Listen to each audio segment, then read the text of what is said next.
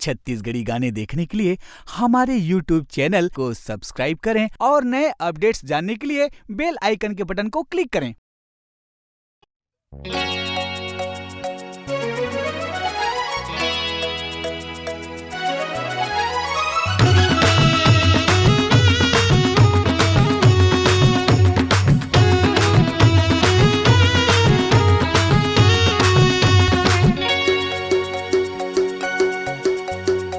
का तोर नाव है, का तोर गाँव है, का तोर नाव है, का तोर गाँव है। बता दे वो बात बात माँ, बिहा के ले जाहूँ तोला आंसू के बैसाख माँ। बिहा के ले जाहूँ तोला आंसू के बैसाख माँ।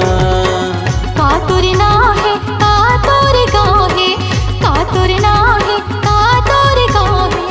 कह देना बात बात माँ, बिहा के ले जाबे मोला ऐसो के बैसाख माँ। बिहा के ले जाबे मोला आंसू के बैसाख माँ।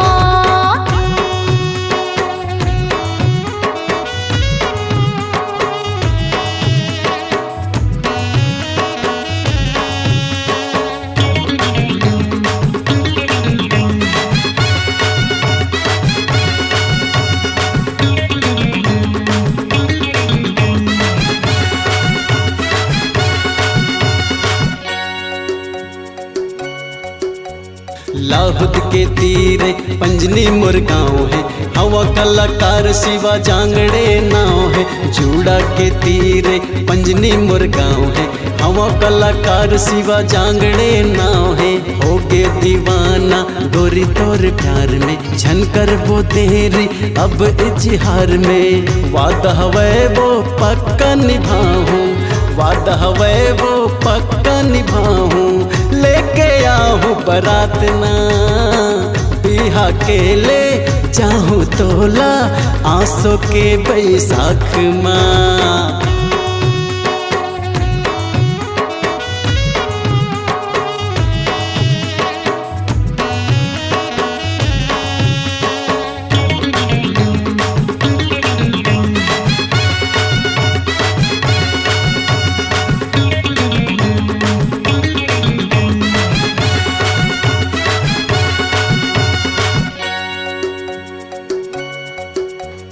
बारा डेरा तीरे जोगेसर मोरे गाँव है, माधुरी डहरिया अलबेली मोरे नाव है। चंदखुरी के तीरे जोगेसर मोरे गाँव है, माधुरी डहरिया अलबेली मोरे नाव है। तोरे माया माँ पैरी बाजी पाँव के जिंदगी बिताबो पीरित के छाँव में। तोरे माया माँ पैरी बाजी पाँव के जिंदगी बिताबो पीरित के छाँव में। मोहि डारे जी मोहि डारे जी तै मोहि डारे, पहली ये मुलाकात माँ। बिहा के ले जाबे मोला आबे तै बैसाख माँ। बिहा के ले जाबे मोला ऐसो के बैसाख माँ। बिहा के ले जाहूँ तोला आंसू के बैसाख माँ, आंसू के बैसाख माँ। का तोर नाव है, का तोर गाँव है, का तोर नाव है, का तोर गाँव है।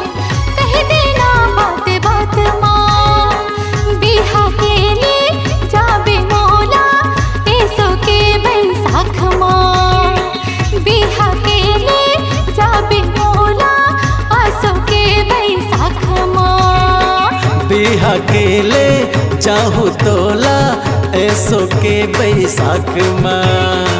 बिहा के ले जाबे मोला ऐसो के बैसाख माँ। बिहा के ले जाहूँ तोला आंसू के बैसाख माँ। बिहा के ले जाबे मोला आंसू के बैसाख माँ। आपकी आवाज ही आपकी पहचान है। यदि आप अपनी आवाज को एक नया आयाम देना चाहते हैं तो चले आइए मल्टी ट्रैक डिजिटल रिकॉर्डिंग के लिए AVM audio video studio, Khamtarai, Raipur. Mobile number 9301523929 और 7869646201।